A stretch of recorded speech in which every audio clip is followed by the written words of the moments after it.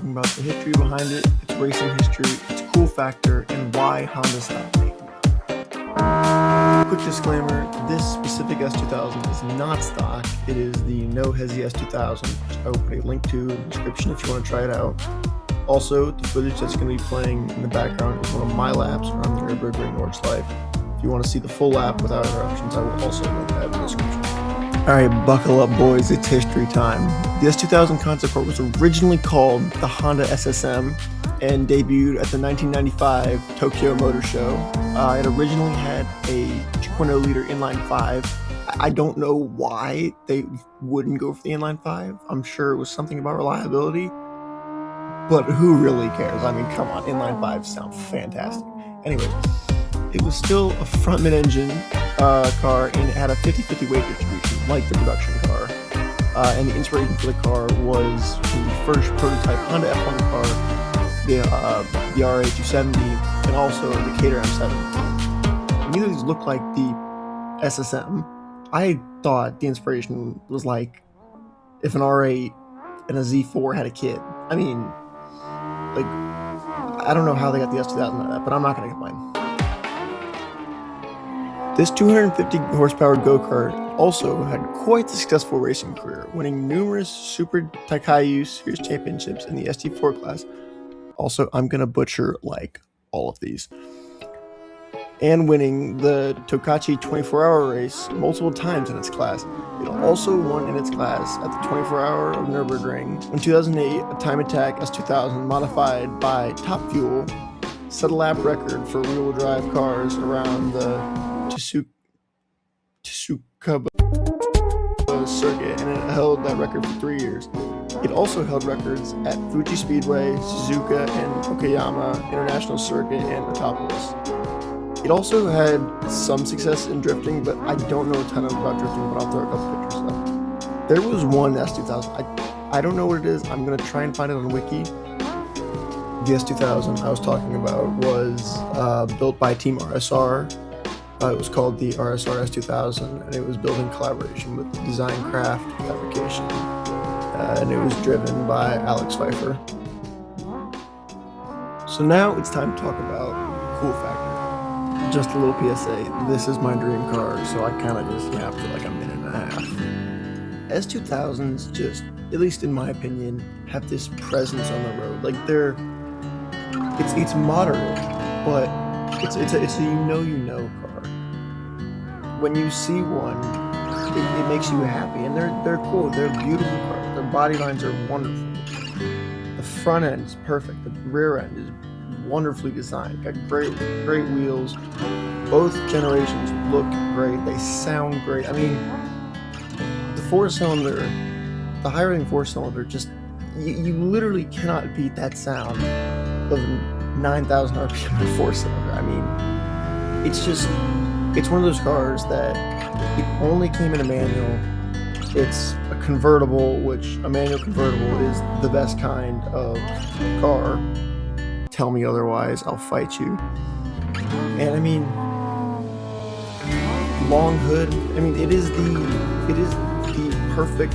It's the formula done just perfectly. Long hood, manual, convertible, high revving, handles well. I mean, you couldn't ask for more. And it sounds fantastic, stock or if you put an exhaust on it.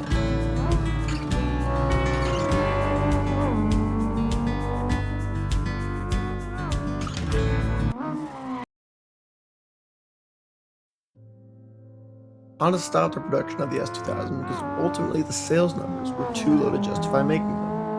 In 2006, sales dropped by over 1,000 units and then by another 3,000 plus in 2007.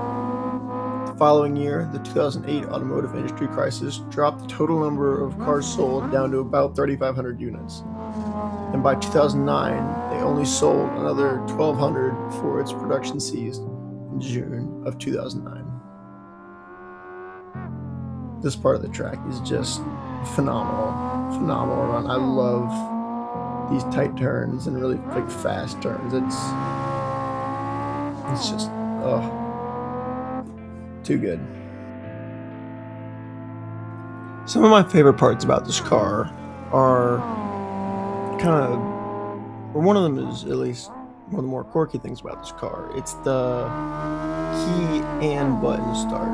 The first time that I ever sat in an S2000, I basically was at a dealership with my cousin, and I had been thrown the keys just because. I don't know why. I was 15.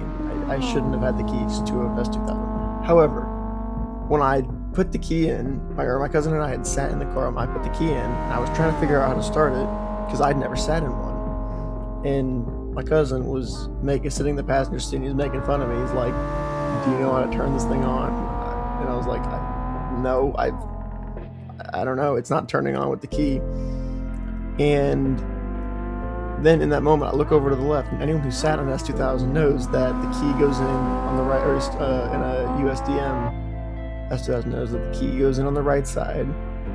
And then on the left side, there is a big red button that says start. And the moment that I pressed that button, the car roared to life. And this one, I think it had an exhaust on it because it was unbelievably loud. But it was just one of those experiences that's like, the car sounds good.